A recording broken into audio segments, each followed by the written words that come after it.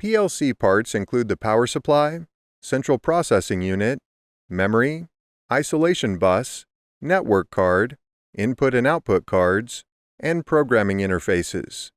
The power supply converts power that will be used by the central processing unit, or CPU, memory, and the rest of the components. It normally is fused.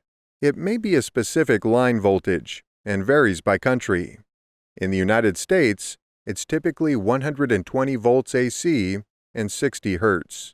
Many companies have gone towards supplying the PLC with 24 volts due to safety.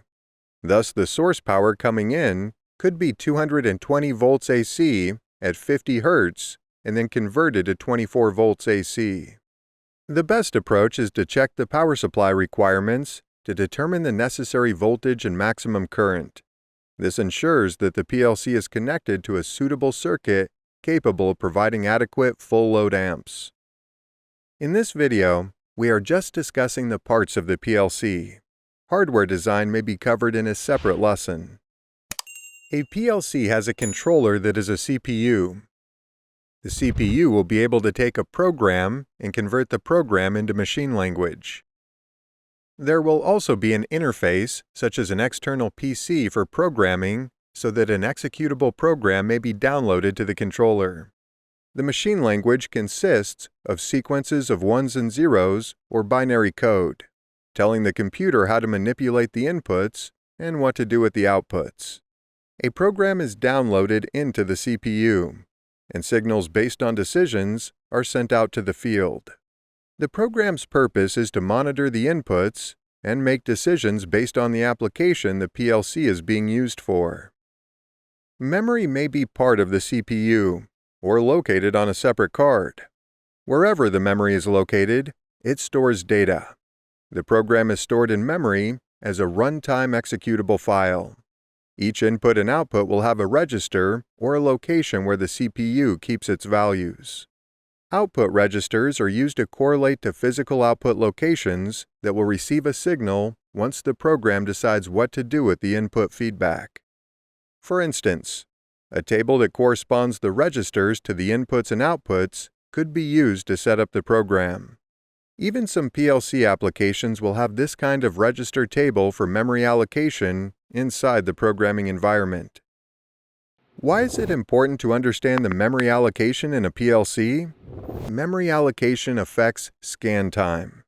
Understanding how your PLC memory is configured will influence how tag assignments are made and help you understand register assignments for inputs and outputs. If you want to learn more about programming PLCs, take a look at the RealPARS PLC programming courses. The power supply provides source power to drive the CPU and the input and output cards, or any kind of power on the PLC rack. Power and communication can be bused on the PLC backplane. Think about it as where the cards are seated on a bus. The cards on the PLC rack share power. They get the power off the bus. When sizing a fuse or circuit breaker for the PLC rack, the power consumption across the whole rack should be understood. Hardware engineers use fusing or circuit breakers to isolate components and protect upstream connections. Also, sometimes a repeater card is needed in the PLC rack to extend the power bus, because different PLC cards consume different amounts of current based on their functionality. The PLC has to be able to be networked or programmed, so there needs to be some physical communication port. This communication port may be an Ethernet IP port, a USB port built into the CPU, or a separate card type that connects to the bus.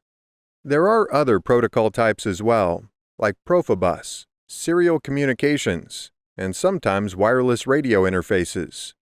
Another type of interface is I/O link, and this RealPARS I/O link video explains I/O link in more detail.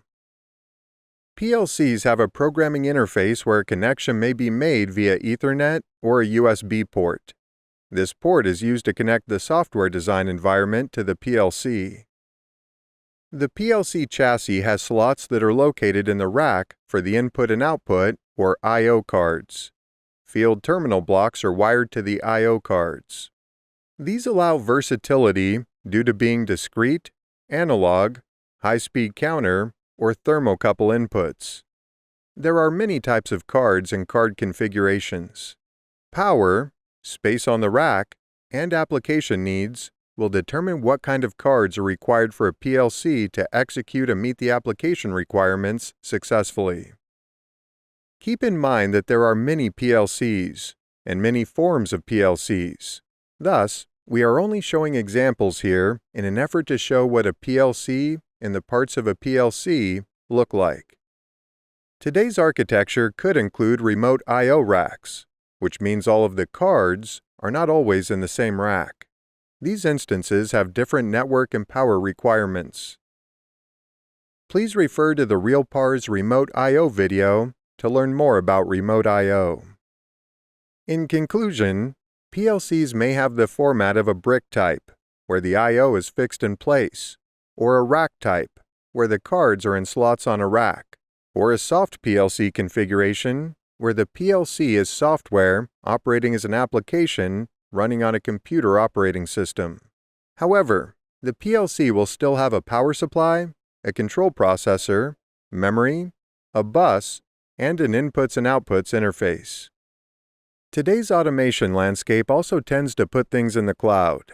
Thus, the idea of PLC may not just take one form. The beauty of configurable computers like the type that a PLC is allows for versatility. If you're interested in learning PLC basics, several courses, such as PLC Fundamentals for Control Systems and PLC Hardware Fundamentals, can help you. You can find the links to these courses in the description of this video.